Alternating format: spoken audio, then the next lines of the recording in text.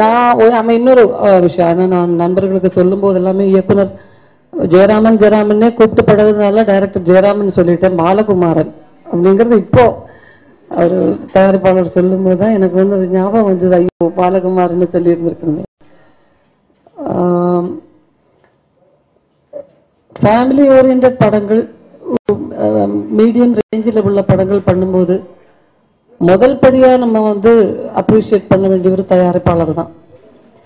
அந்த விஷயத்துல தயாரிப்பாளர் மன்னனை வந்து நான் மனசார பாராட்டுறேன். ஏன்னா பெரிய படங்கள், பெரிய பட்ஜெட் படங்கள்ங்கிறதே நம்ம நினைச்ச மாதிரி ஒரு பிளானிங்ல நடக்காம இருக்கும்போது சின்ன படங்கள் அப்படின்னு நினைச்சு அந்த பட்ஜெட்ல பண்ற படங்கள் எந்த வித பிரச்சனையும் இல்லாம ஒரு அவுட்டோர்ல, அதுலயும் வந்து நம்ம பல சங்கங்கள்ல இருந்து ஸ்ட்ரைக்கு வருமா வராதா, ஷூட்டிங்கை நிறுத்தணுமா, இது போன்ற பல பிரச்சனைகளுக்கு நடுவிலையும் அவுட்டோர் ஷூட்டிங்ல அத்தனை பேரையும் கூட்டிட்டு போய் எந்த வித தடங்களும் இல்லாம நினைச்சதுக்கு ஒரு 4 நாள் முன்னாடியே ஷூட்டிங்கை நடத்தி நீட்டா, யாருக்குமே பண அளவிலையா இருந்தாலும் மன அளவிலையா இருந்தாலும் யாருக்கும் எந்த விதமான ஒரு பாதிப்பும் இல்லாம ஒரு படத்தை முடிக்கிறதுங்கிறது ரொம்ப பெரிய விஷயம் இப்ப இண்டஸ்ட்ரி இருக்கிற நிலைமையில.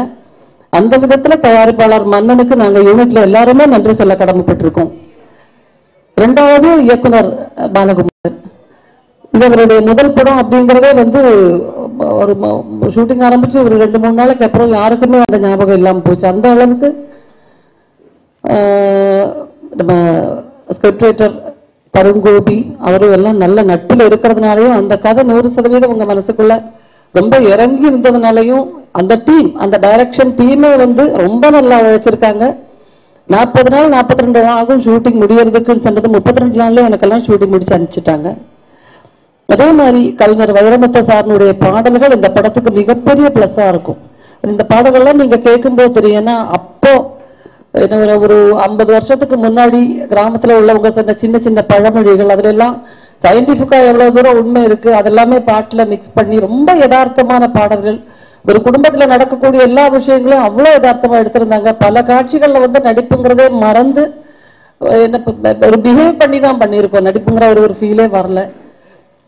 எனக்கு ரொம்ப இந்த கேரக்டரை பொறுத்த வரைக்கும் ரொம்ப வித்தியாசமான விஷயம் என்னன்னா, ஒரே ட்ராக்லயே வந்து ஃபீமேல் நகைச்சுவைங்கிறது எழுதுறது ரொம்ப கஷ்டம். அதுலயும் நம்ம வந்து ஓரளவுக்கு பெர்ஃபார்ம் பண்ணி அப்படிதான், ஏன்னா நடிப்புங்கிறது தொழிலா எடுத்துட்டோங்கிறதுக்காகவே பல படங்கள் வந்து மேனேஜ் பண்ணி தான் பண்ணிட்டு இருந்தோம். ஆனா அதுக்கு நடுவில் 100% கதைக்கு முக்கியத்துவம் உள்ள ஒரு படத்துல ஒரு டைட்டில் ரோல் பண்றேங்கிறது தமிழ் சினிமா பொறுத்த வரைக்கும் எனக்கு ரொம்ப நாளைக்கு அப்புறம் கிடைச்ச மிகப்பெரிய கிஃப்ட் இந்த பேச்சுக்காங்கிற கேரக்டர். அதுக்கு நான் ரைட்டருங்கிற முறையில் தருண் கோபிக்கும், தயாரிப்பாளராக திரு மன்னன் அவர்களுக்கும் சரி, பாலகுமாரன் இயக்குனருக்கும் எல்லாருக்கும் நான் என்னுடைய நன்றியை சொல்லணும். அது மாதிரி தேவராஜ் கேமராமேன் நிறைய கஷ்டப்பட்டிருக்காருன்னு நான் சொல்லணும். பல விதத்தில் அவருக்கு வந்து பல தொந்தரவுகள் இருந்தாலும் லேட்டஸ்ட் டெக்னாலஜி, லேட்டஸ்ட் லென்ஸ், இதுல எல்லாம் ஒரு சின்ன சின்ன மூவ்மெண்ட்ஸ் மாறினா கூட ரொம்ப பிரச்சனை. அதை புரிய வைக்கிற அளவுக்கு எக்ஸ்பீரியன்ஸ் ஆர்டிஸ்ட் கொஞ்சம் நிறைய பேர் இல்லை. அதுல அவங்கள எல்லாம் வச்சு தேவராஜ் மேனேஜ் பண்ணியிருக்காரு. எல்லாமே டோட்டலா ஒரு ரொம்ப சின்சியரா ஒர்க் பண்ணக்கூடிய, உழைக்கக்கூடிய ஒரு டீம்ல ஒர்க் பண்றதுக்கான வாய்ப்பு கிடைச்சது என்னை பொறுத்த வரைக்கும் ரொம்ப ரொம்ப சந்தோஷமான விஷயம். அதை எல்லாம் விட சந்தோஷமான விஷயம், ரொம்ப வருஷத்துக்கு அப்புறம் ஒரு பிரஸ் மீட் தமிழ் இண்டஸ்ட்ரியில நான் மீட் பண்றேன், நான் வர்றேன், நான் அட்டென்ட் பண்றேன். ரொம்ப நாள் ஆச்சு நான் அந்த மாதிரி அட்டென்ட் பண்ணி. ஸோ அந்த அட்மாஸ்பியர் எனக்கு ரொம்ப ரொம்ப சந்தோஷமா இருக்கு. அண்ட் இதே மாதிரி உங்க எல்லாருடைய வாழ்த்துக்களோட இந்த படம் ரொம்ப நல்லா வரணும். உங்க எல்லாருடைய ஒத்துழைப்பு, நல்ல விதமான பப்ளிசிட்டி இல்லாம எந்த ப்ராடக்டும் இன்னைக்கு மார்க்கெட்ல செலவாகாது. ஸோ எந்த விதத்திலயா இருந்தாலும் எங்க எல்லாருக்கும் உங்களுடைய சப்போர்ட் தேவை. Thank you so much. மைசூர்ல இருந்து வந்திருக்கேன். எனக்கு இந்த படத்துல ரொம்ப நல்ல character, that is a very innocent and cute character in பேச்சி அக்பரான் மருமகன். நான் தருண் கோபி சாரோட பெயரா நடிச்சிருக்கேன். அண்ட் எனக்கு அது வந்து ரொம்ப பெரிய லான்ச் பேட், ஏன்னா this is my first film. And Tarun சாரோட பெயரா நடிக்கணும்னா எனக்கு பெரிய லான்ச் பேட் தான் இண்டஸ்ட்ரியில. அது இல்லாம I would like to thank my director Balukumar sir, producer Mannan sir and Tarun sir for giving me this opportunity. And I'd also like to thank my family members. அது இல்லாம என்னோட கோ ஸ்டார்ஸ் வந்து ஊர்வஷி அம்மா, தருண் சார், தம்பி Ramaiah sir and Susan. I'd like to thank all of them. ஏன்னா எனக்கு இது ஆக்டிங்னு இருக்குல்ல ஃபேமிலி மாதிரி பார்த்துருந்தாங்க and on screen off screen ரொம்ப சப்போர்ட்டிவா இருந்தாங்க. Especially Tarun sir and Urvashi அம்மா ரொம்ப சப்போர்ட்டிவா ஒரு ஃபேமிலி ஆன மாதிரி எனக்கு நிஜமாவே இட்ஸ் நாட் லைக் கேரக்டர்ல அம்மா எனக்கு நிஜமான அம்மா மாதிரியே பார்த்துருந்தாங்க. And apart from that, I'd also like to thank all the assistant directors and everybody who has worked for this film, and cameraman Devraj sir and all of them. Last but not the least, I'd like to thank the media people and the press people. You people play a major role in this industry. Hats off to you. Thank you. Hi and hello to all the press people. First, உங்க எல்லாருக்கும் தான் நான் thanks சொல்லணும். இந்த படம் வாய்ப்பு கிடைச்சது வந்து சார் வந்து என்னோட இன்டர்வியூவை பார்த்துட்டு என்னை கூப்பிட்டு தருண் கோபி சார் அண்ட் மன்னன் சாருக்கும் நான் தேங்க்ஸ் சொல்லணும். ஏன்னா மைனா மாதிரி மைனால பண்ண பொண்ணு மாதிரி வேணும்னு வந்து தேடிட்டு இருந்தாங்களாம். லாஸ்ட்ல மன்னன் சார் தான் வந்து அந்த பொண்ணைய கூப்பிடுங்க அந்த பொண்ணைய பண்ணுவீங்கன்னு சொன்னாங்க. அண்ட் உர்வசி அம்மா தேங்க்ஸ். எவ்வளோ எல்லாரும் எங்க சீனியர்ஸ் ஒரு fresher Priyanka and she has done a very good very good role. I don't know how to say. Anyway, thank you so much to everyone and the entire unit. Please, நான் யாராச்சும் hurt பண்ணா மனசுல வச்சுக்காதீங்க. And thank you. இந்த பேச்சுக்க மர்மல்ல negative character பண்ணியிருக்கேன். 4 நாளுக்கு அப்புறம் நான் ரொம்ப எதிர்பார்க்கக்கூடிய படம் இந்த பேச்சுக்க மருமகன். ஃபுல் அண்ட் ஃபுல் மதுரை பேக்ராப்ல அமைஞ்ச படம். இது எல்லாமே பாத்தீங்கன்னா ஒரு லைவான ஒரு யதார்த்தமான விஷயம் இந்த படத்துல இருக்கு.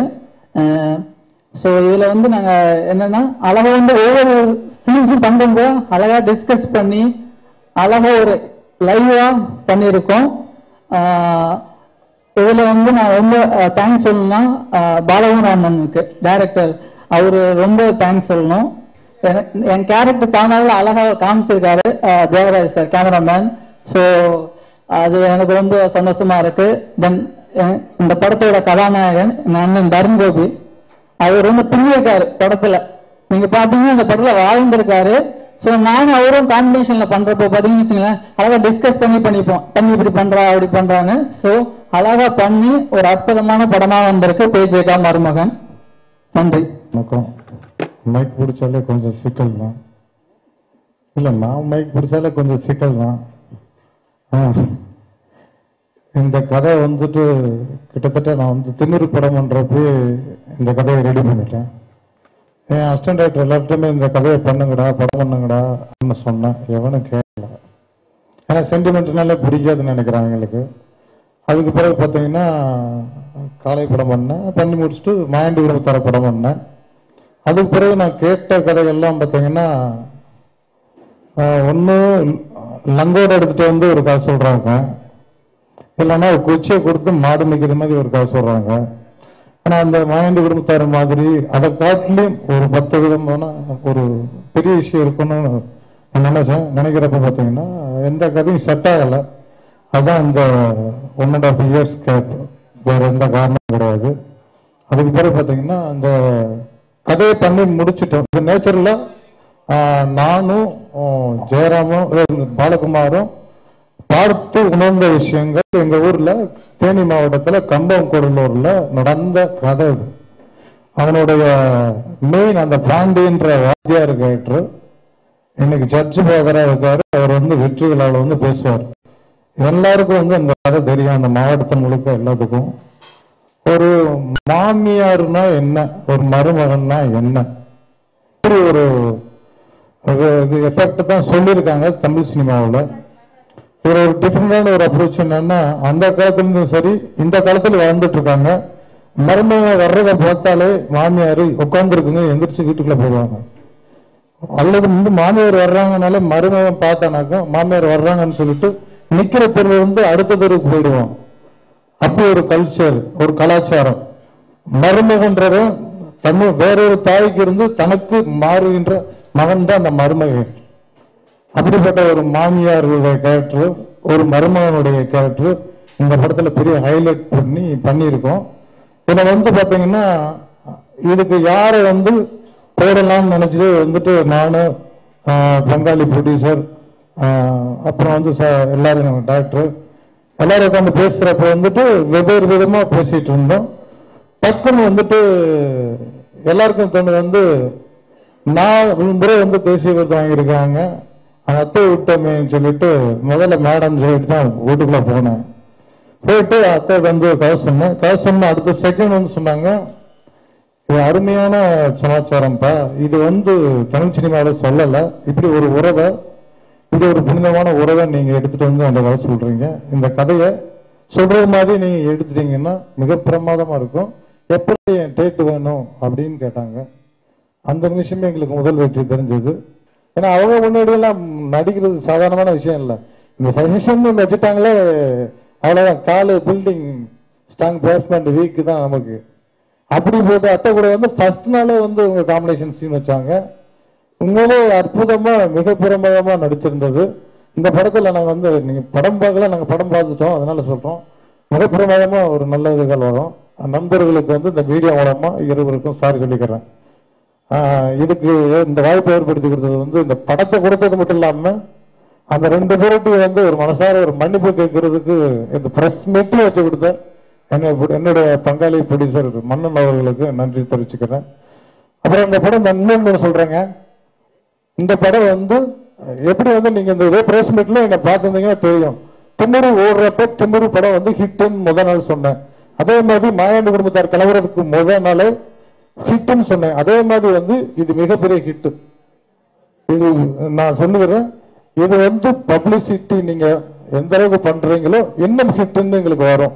உண்மையான ஒரு தமிழ் கல்ச்சர், ஒரு கலாச்சாரம், ஒரு கல்ச்சர், உணர்வு, உணர்ச்சி எல்லாத்தையும் மொத்தமா கொண்டு வந்து இந்த படத்துல நாங்க பண்ணியிருக்கோம். இந்த படத்தை வந்து நீங்க ஒரு அதாவது இருக்கிறபடி நல்லபடி எழுதினா போதும். மிகப்படுத்த எழுதாம இருந்தாலே நல்லபடியா நீங்க எழுதினாலே மிகப்பெரிய அளவில் இந்த படம் வெற்றி அடையும்.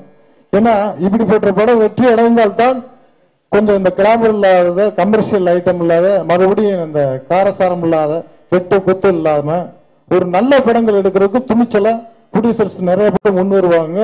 அதுல ஒரு நல்ல கிரியேட்டர்ஸ், இந்த மாதிரி இருக்க கிரியேட்டர்ஸ் நிறைய பேர் வருவாங்க.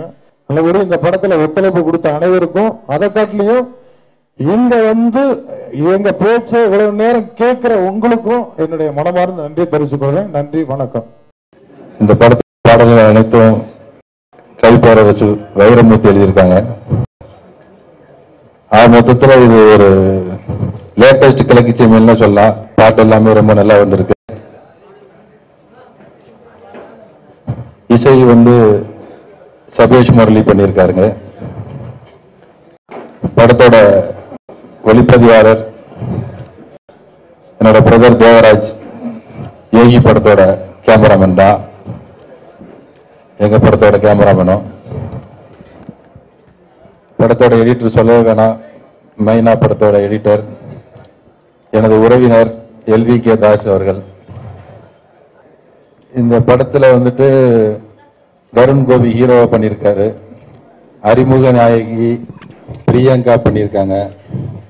தருண் கோபி பத்தி சொல்லவே வேணாம், மாயாண்டி குடும்பத்தார்ல பரமன் மாதிரி இந்த படத்துல பாண்டியா நடிச்சிருக்காரு.